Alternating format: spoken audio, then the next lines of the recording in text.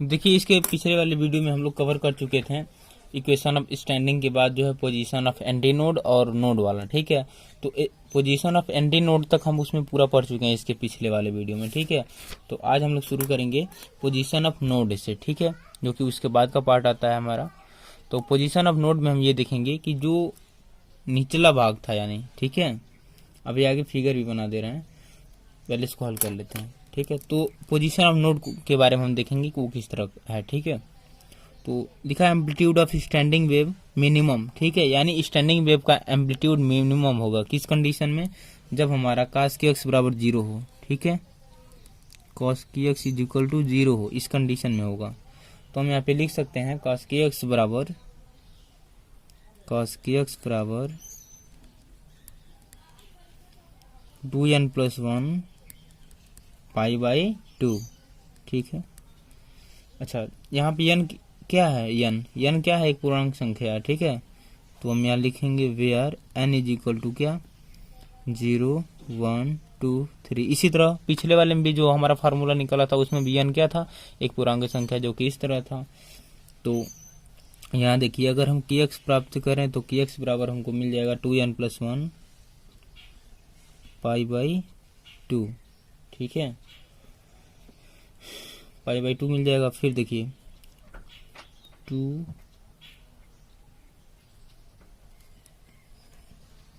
ठीक है।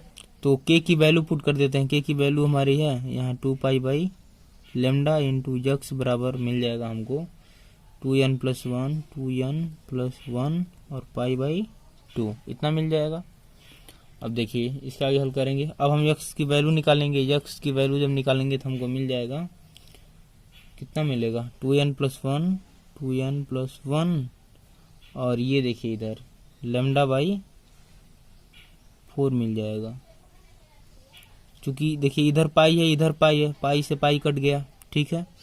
अच्छा 2 देखिए 2 हमारा नीचे आएगा तो 4 हो जाएगा, 2 × 2 4 और लेमडा हमारा ऊपर चला जाएगा तो 2n+1 λ/4, और यही हमारा इक्वेशन होगा, ठीक है।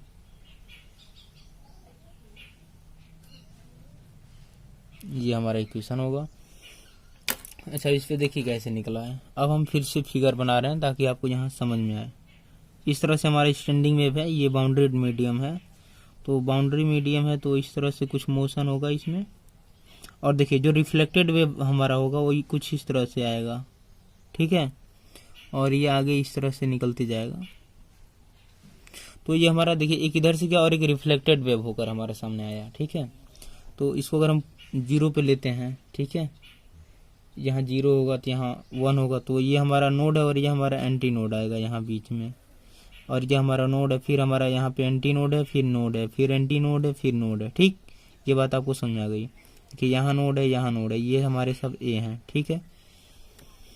देखिए यहाँ हमने बताया था n बराबर 0 1 2 4 है, जो कि इस फार्मूले में रखना है। तो अगर हम यहाँ 0 की वैल्यू प्राप्त करें तो हमको क्या मिलेगा, यहाँ पे अगर यहाँ देखिए यहाँ ये 0 है, ये नहीं है, 0 है तो यहाँ क्या होगा, हमारा 1 होगा, ठीक है। तो अगर हम a की वैल्यू प्राप्त करें तो क्या होगा, λ/2 मिल जाएगा, और यहाँ 1 पे 0/λ/4 मिल जाएगा। कैसे, तो यक्स बराबर जब हम फार्मूला निकालेंगे तो हमको मिलेगा तो n बराबर 0 रखेंगे, तो यक्स बराबर जब देखिए 0 के लिए हम निकाल रहे हैं तो 0 के लिए हमारा होगा 2 × 0 + 1 λ/4। देखिए यहाँ मिल जाएगा हमको λ/4, किसके लिए, जब n बराबर 0 होगा, ठीक।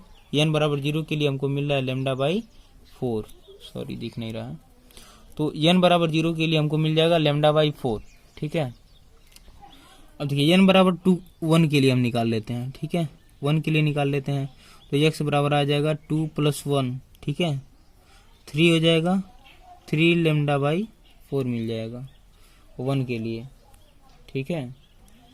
अच्छा n बराबर 2 के लिए निकाल लेते हैं, n बराबर 2 के लिए निकालेंगे तो 2 × 2 4 5 λ/4, यानी आपको क्या पता चल रहा है, n बराबर 3 λ/4 n बराबर 5 λ/4, यानी विषम संख्याओं के साथ मल्टीप्लाई होकर λ/4 आ रहा है। तो n बराबर 3 के लिए क्या हो जाएगा, 7 λ/4 आ जाएगा, फिर n बराबर 4 के लिए मिल जाएगा 9 λ/4, यानी विषम आ रहा है, तो इस तरह से निकलते जाएगा, ठीक है। तो इस तरह से आप क्या लिख सकते हैं, एक सीरीज बन जाएगी एक्स बराबर, पहले क्या मिलेगा हमको, पहले लेमडा बाई 4 मिलेगा, फिर क्या मिल रहा है 3 लेमडा बाई 4 मिल रहा है, फिर मिल रहा है हमको 5 लेमडा बाई 4, फिर हमको मिल रहा है 7 लेमडा बाई 4। इसी तरह से हमको सीरीज क्या मिलेगी, आगे मिलती जाएगी। तो अच्छा, नोड की अगर हम बीच की दूरी पूछें तो कितनी है, देखिए यहाँ नोड है और यहाँ नोड है, ठीक है। तो 0 के लिए कितना आया है, लेमडा बाई 4, और इसके लिए कितना आया है 3 लेमडा बाई 4, और इसके लिए 5 लेमडा बाई 4। तो अगर हम यहाँ से यहाँ के बीच की दूरी पूछें तो क्या करेंगे, आप किसी में से घटाइए, देखिए दूरी सेम आएगी।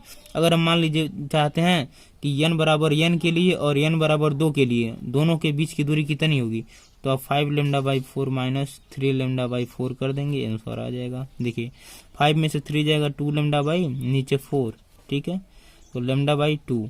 यानी नोड और नोड के बीच की दूरी पूछे, नोड और नोड के बीच की दूरी पूछे तो हमको मिलेगा लेमडा बाई 2, ठीक है। और एंटी नोड और एंटी नोड के बीच की दूरी पूछे तब भी हमको क्या मिलेगा, लेमडा बाई 2 मिलेगा, क्योंकि तब भी घटेगा उतना ही।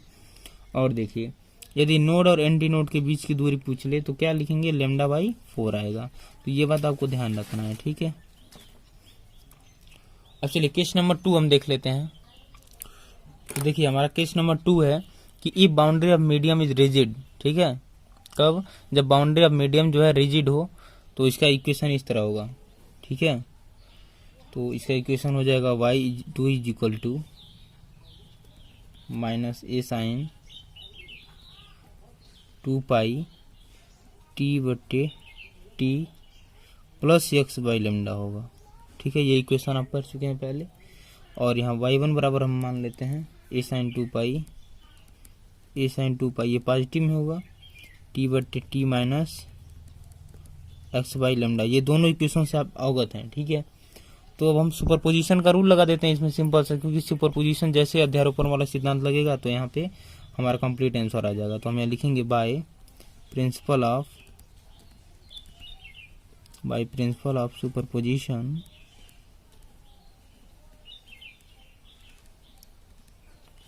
क्या मिल जाएगा हमको, y is equal to y1 plus y2 मिल जाएगा, ठीक है।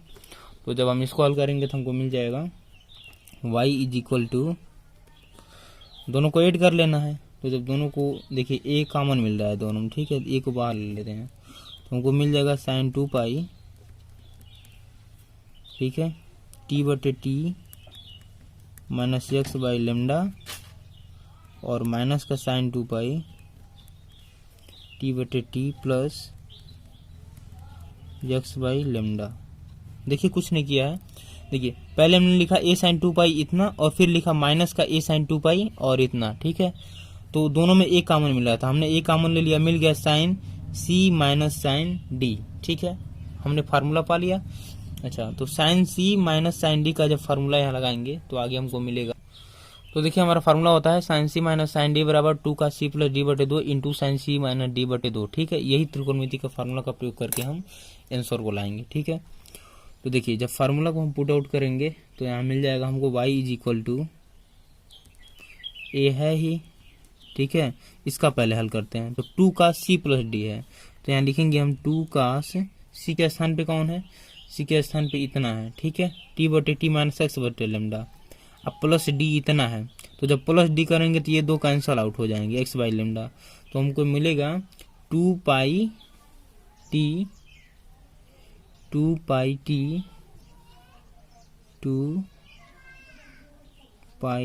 T by t into sine c minus d करेंगे, सी माइनस का डी करेंगे, ठीक है। तो हमको मिल जाएगा यहाँ पे माइनस का 2 पाई एक्स बाई लेमडा, ठीक है। अब देखिए y बराबर हमको मिल रहा है जहाँ पे माइनस बाहर आ जाएगा, यहाँ से माइनस का 2a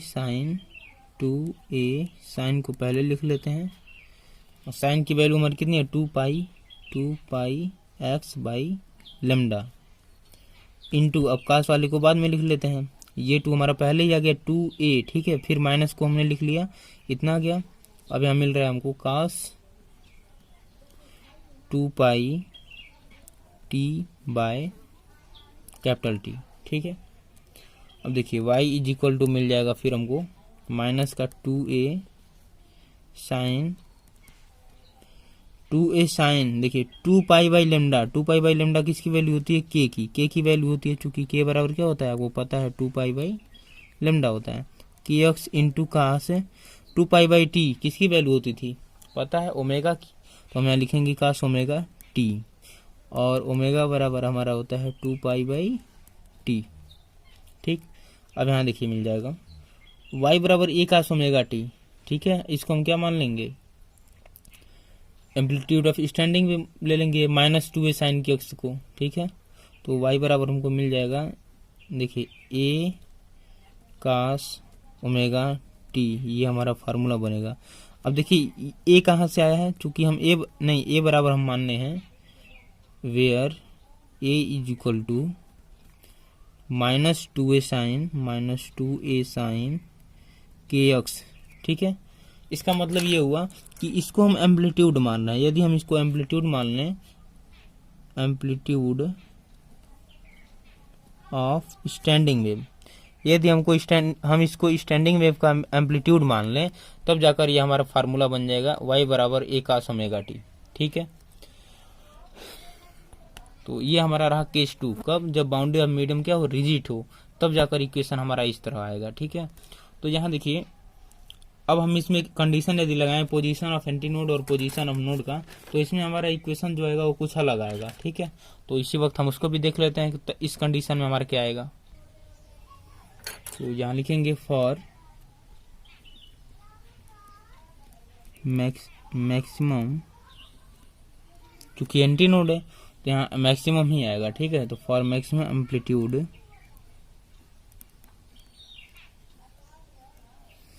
क्या आ जाएगा, साइन के एक्स बराबर मिल जाएगा हमको साइन के एक्स बराबर +-1 मिलेगा, तो यहाँ +-1 साइन के एक्स बराबर मिल जाएगा, साइन के एक्स बराबर +-1 था तो हम लिख सकते हैं इसको साइन के फॉर्मेट में, साइन 2n+1, जो कि आपको फार्मूला पता ही है π/2 इस तरह से आया था ना। तो n की वैल्यू क्या है यहाँ पे, where n is equal to 0 1 2 3 इस तरह से कुछ है। तो अब हम इसको लिख सकते हैं कि x बराबर 2n+1 π/2। यदि आपको देखिए फार्मूला तैयार है तो आगे सभी इक्वेशन आसान मिलते जाएंगे, π/2। और x बराबर हमने क्या लाया था, तो पहले हम 2πx का k की वैल्यू लिखते हैं, k की value 2 pi by lambda into x बराबर मिल जाएगा 2n+1 π/2। ठीक है, और π/2 हो जाएगा।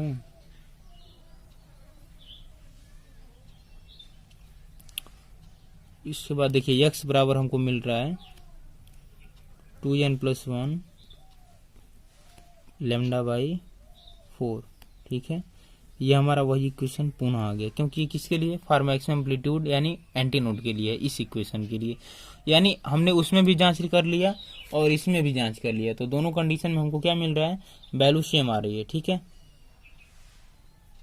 सॉरी सेम नहीं आ रही है, मतलब उल्टा आ रहा है, जो उसमें एंटी नोड का था उसमें नोड के लिए हो रहा है, जो नोड के लिए था उसमें एंटी नोड का हो रहा है। ठीक है, अच्छा जो हमारा पिछला था रिजिड का नहीं था। ठीक है, क्या था केस उसमें, पहला हमारा ये था कि boundary of the medium is free था, तो जब बाउंड्री ऑफ मीडियम फ्री है तो उसके लिए हमारा फार्मूला हो रहा था x is equal to n λ/2। लेकिन यदि boundary of medium is rigid है तब जाकर हमारा फार्मूला चेंज हो जाएगा। तो एंटी नोड के लिए इसमें, ठीक है, इसमें हमारा फार्मूला ये होगा, क्यों, क्योंकि ये क्या है, रिजिड मीडियम है, फॉर रिजिड मीडियम, जब मीडियम रिजिड हो, और जब मीडियम फ्री हो तो n λ/4 आता था। ठीक है, अच्छा चलिए इसको समझ लेते हैं अच्छी तरह से, ये किस तरह है। तो देखिए यहाँ पे जब मीडियम हमारा क्या हो, रिजिड हो, ठीक है, तो रिजिड के लिए हमारा एंटी नोड के लिए फार्मूला फ्री वाले के नोड वाले के बराबर होगा, और जब नोड की बात होगी तो रिजिड फ्री वाले के एंटी नोड की वाला फार्मूला सेम हो जाएगा। ठीक है, तो यदि आपको पिछला याद है तो आप बेहद आसानी से इसको हल कर सकते हैं। अब देखिए क्या करना है, कुछ नहीं करना है। यहाँ पे हमारा 0 है, यहाँ 1 हो जाएगा, 2 हो जाएगा। तो हम पहले n बराबर 1 पे चेक कर लेते हैं। n बराबर 1 पे चेक करेंगे तो यदि हम n बराबर 1 करते हैं तो क्या मिल जाएगा हमको, 3 लेमडा बाई 4 मिल जाएगा। और n बराबर 0 के लिए क्या मिल जाएगा, लेमडा बाई 4 केवल मिल जाएगा। n बराबर 2 के लिए अगर हम बात करें तो क्या मिल जाएगा, 5 लेमडा बाई 4 मिल जाएगा। तो इसी तरह से अगर हम x की वैल्यू देखें तो हमको मिल रहा है सीरीज पूरा लेमडा बाई 4, 3 लेमडा बाई 4 और 5 लेमडा बाई 4, यानी ये विषम संख्याओं के साथ मल्टीपल में मिलेगा हमको। ठीक है, अब हम चेक करेंगे कि पोजीशन ऑफ नोड क्या है। ठीक है, तो देखिए इसमें हमारा है कि पोजीशन ऑफ नोड किस कंडीशन में, मिनिमम एम्पलीट्यूड पर। तो इसमें हमने क्या पढ़ रखा है कि जब मिनिमम एम्पलीट्यूड चाहिए होता है तो साइन के एक्स बराबर हम 0 पुट कर देते हैं। ठीक है, जब हम यहाँ साइन के एक्स बराबर 0 पुट करेंगे तो हमको एक्स मिलेगा साइन n पाई। अच्छा, अब हम यहाँ लिख सकते हैं n इज इक्वल टू क्या है, वेयर, ये दिखाना होगा हमेशा, where n is equal to हम मान लेते हैं 0, 1, 2, इस तरह से कुछ फार्मूला मिलेगा हमको।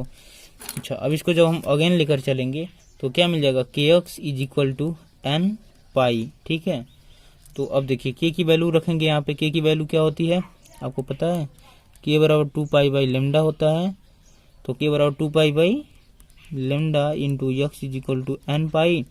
अब हम यहाँ पे x की वैल्यू जब निकालेंगे तो पाई से पाई कैंसिल हो गया, तो लेमडा n लेमडा बाई 2 मिल जाएगा हमको।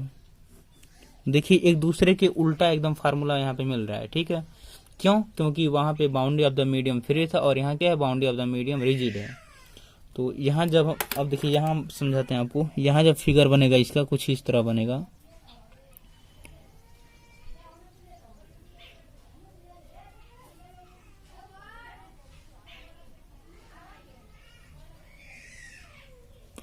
आप जब फिगर बनाएंगे एग्जाम में तो इन दोनों के बीच की दूरी समान रहे, ध्यान दीजिएगा। ठीक है, तो यहाँ हमारा एंटीनो नहीं नोड निकालना है ना हमको, तो नोड हमारा यहाँ पे होगा, ये यहाँ नोड होगा, यहाँ नोड होगा, यहाँ नोड होगा, यहाँ, यानी जो भी भाग धंसा हुआ है उसको हम बोलेंगे ये हमारा नोड है। ठीक है, तो नोड की अगर हम बात करें, देखिए इतना फार्मूला मिल गया। तो n बराबर हम क्या है, हमने ऑलरेडी बता रखा है 0, 1, 2, 3, n बराबर 0 पे हम निकालेंगे पहले। तो 0 पे निकालेंगे तो क्या मिल जाएगा हमको, 0 मिल जाएगा। चलिए 0 पुट कर देंगे। n बराबर 1 के लिए निकालेंगे तो हमको मिल जाएगा लेमडा बाई 2। n बराबर 2 के लिए निकालेंगे तो हमको मिल जाएगा क्या, लेमडा। ठीक है, और 3 के लिए निकालेंगे तो 3 लेमडा बाई 2 मिल जाएगा। तो अगर हम सीरीज देखें तो हमको x की एक सीरीज मिल रही है 0 लेमडा बाई 2। ठीक है, 2 लेमडा बाई 2, 2 लेमडा बाई 2 का मतलब यहाँ लेमडा केवल बचेगा। ठीक है, और फिर यहाँ मिल जाएगा हमको 3 लेमडा बाई 2 और आगे चलने तो क्या मिलेगा, 4 लेमडा बाई 2, यानी एक क्रम से मिल रहा है हमको, क्योंकि सम और विषम दोनों का मिलाकर है। तो ये हमारी सीरीज होगी किसकी, पोजीशन ऑफ नोड की, किस और फॉर मिनिमम एम्पलीट्यूड के लिए। ठीक है, अच्छा अब हम अगला जो प्रश्न देखेंगे वो अगला प्रश्न ये है, ये भी कई बार एग्जाम में पूछा जा चुका है, energy is not transfer in standing wave. ठीक है, वाई, मतलब जो एनर्जी है वो क्यों ट्रांसफर नहीं होती स्टैंडिंग वेव में। ठीक है, अब देखिए आप यहाँ खुद समझिए कि आपके सामने ये स्टैंडिंग वेव का फिगर बना हुआ है। ठीक है, तो इसमें एनर्जी कहाँ से फ्लो करेगी भाई, एक तरफ से जा रही है एनर्जी, अगर जाए भी तो फिर देखिए रिफ्लेक्टेड होकर दूसरी तरफ से आ भी रही है। ठीक है, तो इस कंडीशन में जो है नेट एनर्जी अगर हम पूछें आपसे तो 0 फ्लो कर रही है। ठीक है, चलिए उसको आगे हम पूरा हल कर रहे हैं अच्छी तरह। तो देखिए हमारा इंपॉर्टेंट क्वेश्चन है जो कि कई बार एग्जाम में पूछा जा चुका है, लॉन्ग आंसर टाइप में भी आता है, शॉर्ट में भी आता है। ठीक है, तो पूछता है कि energy is not transfer in standing wave और स्टेशनरी वेव। तो दोनों एक ही नाम है, देखिए स्टैंडिंग वेव कहिए या स्टेशनरी वेव कहिए, इसलिए हमने दोनों लिखा है ताकि आपको पता रहे। ठीक है, तो क्यों जो है स्टैंडिंग वेव में एनर्जी ट्रांसफर नहीं करती है ये हम समझेंगे। ठीक है, हमने आपको फिगर जो बनाया था उसके मुताबिक ये था इस तरह कुछ। ठीक है, और जब ये रिफ्लेक्टेड होकर आएगा तो इस तरह से जाएगा, ये यहाँ से ऐसे चलेगा।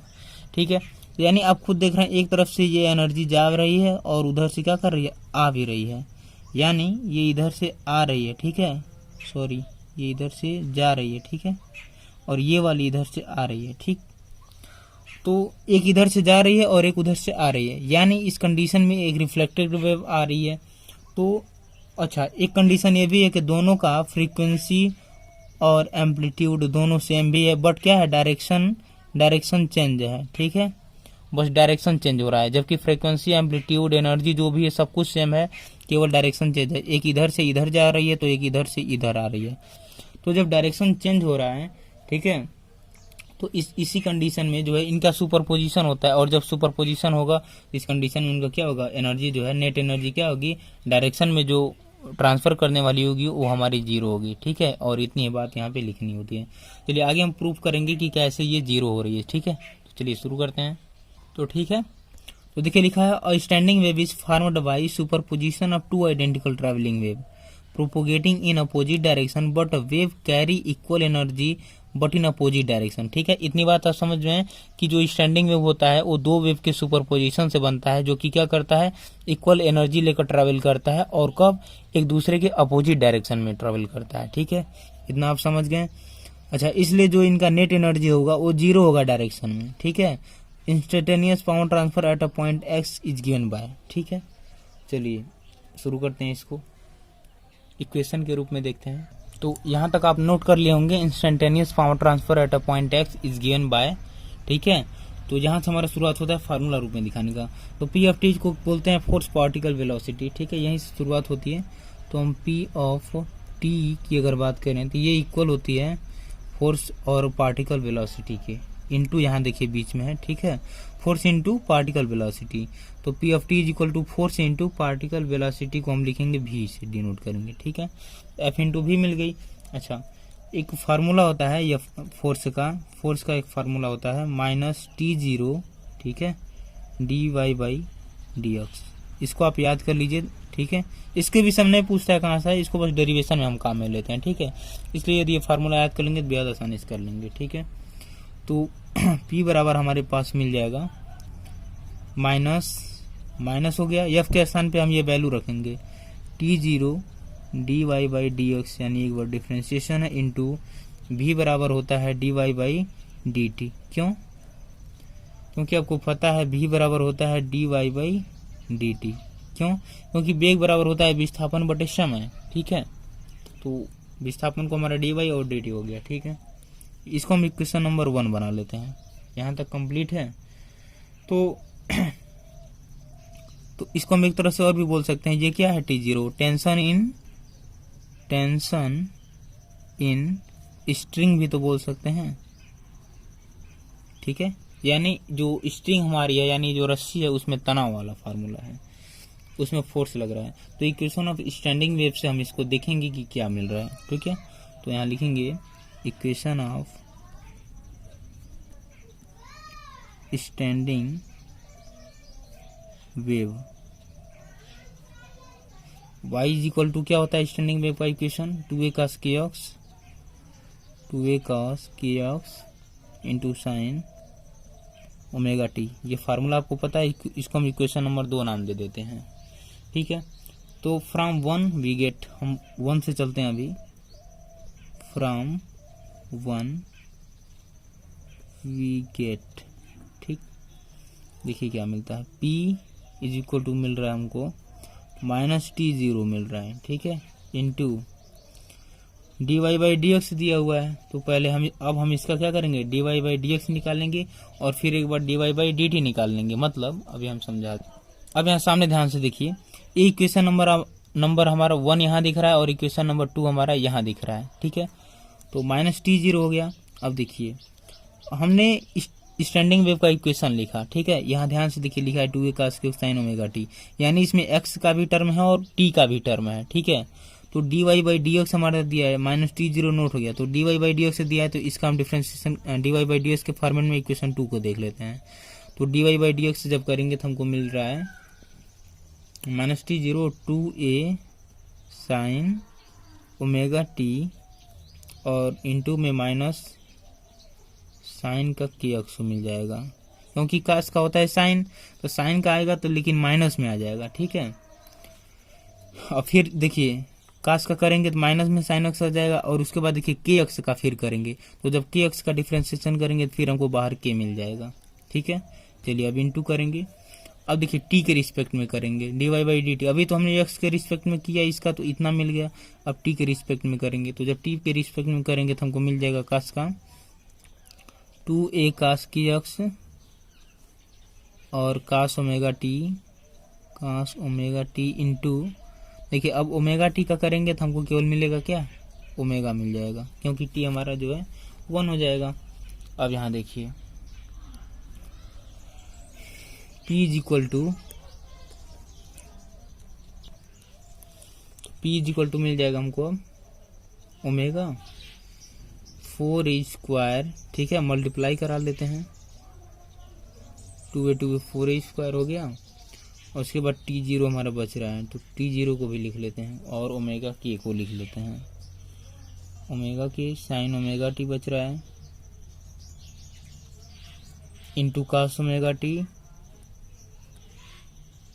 फिर देखिए हमारा साइन kx बच रहा है, तो साइन kx को नोट कर लेते हैं, और फिर cos kx बच रहा है, तो यानी t वाले टर्म को हम एक तरफ कर लेते हैं और cos वाले टर्म को एक तरफ कर लेते हैं, ठीक है, cos kx बचेगा यहाँ पे।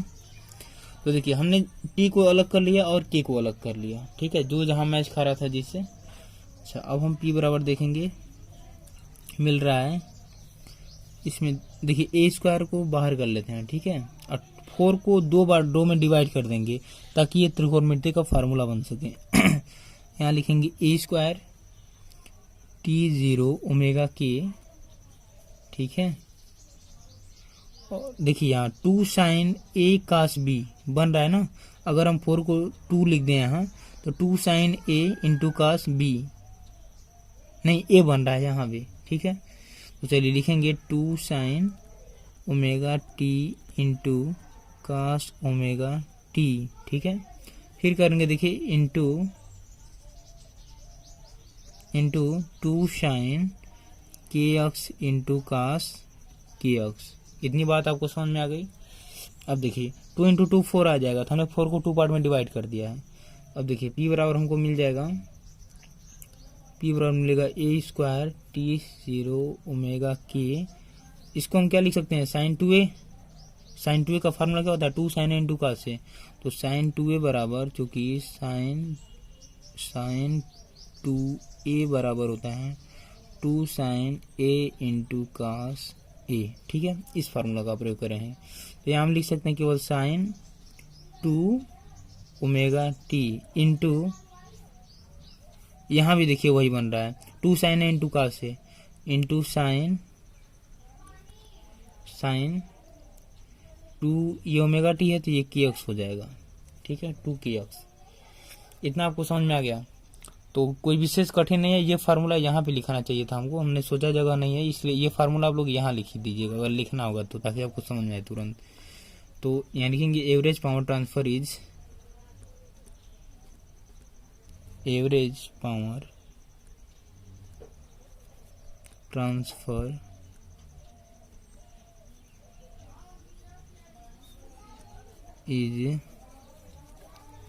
क्या मिल जाएगा, अब अगर हम एवरेज की बात करें तो हमको मिल जाएगा a² T0 ओमेगा k, ठीक है, कैसे अभी ये भी बता रहे हैं आपको,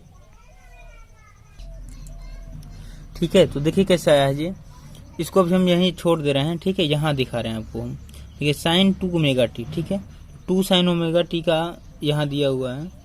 तो सबसे पहले अगर हम इसका वैल्यू निकालेंगे, ठीक है, तो अगर हम इंटीग्रेशन इसका कर दें तो जाके हमको कुछ वैल्यू मिल सकती है, ठीक है, तो पहले हम इतना लिख लेंगे और इसी तरह से यहाँ तक। तो एवरेज पावर ट्रांसफर निकालना हमको, तो देखिए ओमेगा टी इसमें क्या है, एक्टिव केस में दिख रहा है, तो हम इसका इंटीग्रेशन कर देंगे, ठीक है, तो यहाँ दिख रहा है 0 से t तक, अगर हम इसका कर दें क्या मिल रहा है, sine 2 omega T into D T by T, ठीक है। तो इस कंडीशन में जब हम इसको हल करें, तो इस कंडीशन में क्या होगा, जब इसको आप हल करेंगे इंटीग्रेशन, तो इसका हमको आंसर जो मिलेगा वो 0 आ जाएगा, ठीक है। तो जब इसकी वैल्यू यानी 0 आ रही है तो हम इसको मल्टीप्लाई में यहाँ 0 लिख सकते हैं। देखिए मल्टीप्लाई में ओमेगा टी वाले वैल्यू के स्थान पे हमने kx को पहले ले लिया है, ओमेगा टी के स्थान पे 0 रख दिया है, ठीक है। देखिए यहाँ पे वैल्यू 0 मिल रही है हमको। तो जब इस देखिए कोई भी संख्या हो जब 0 से मल्टीप्लाई होगा तो जब 0 होगी तो हमको देखिए यहाँ 0 मिल गया, ठीक है। तो p बराबर कितना है, इतना p बराबर हमको 0 मिल रहा है। जब ये गुणा होगा तब जाके यहाँ पे क्या आया, 0 आ गया, ठीक है। तो जब 0 आ गया तो हम यहाँ पे लिख सकते हैं 10 energy is not energy is not transfer in standing wave, ठीक है, यानी स्टैंडिंग वेव में जो है एनर्जी ट्रांसफर नहीं होती है, ठीक। तो चलिए इसके बाद जो बहुत इंपॉर्टेंट क्वेश्चन है, characteristic of standing wave, phase velocity और ग्रुप वेलोसिटी और उनके बीच रिलेशन क्या होता है। तो यदि वीडियो आपको अच्छा लगे तो लाइक करें, और ये जो पॉइंट हमने अभी बोले हैं ये सब पॉइंट हम अगले वीडियो में आपको लेकर आएंगे, क्योंकि वीडियो का सेशन बहुत लंबा हो चुका है, ठीक है। और वीडियो कैसा लगा प्लीज़ कमेंट करें और चैनल को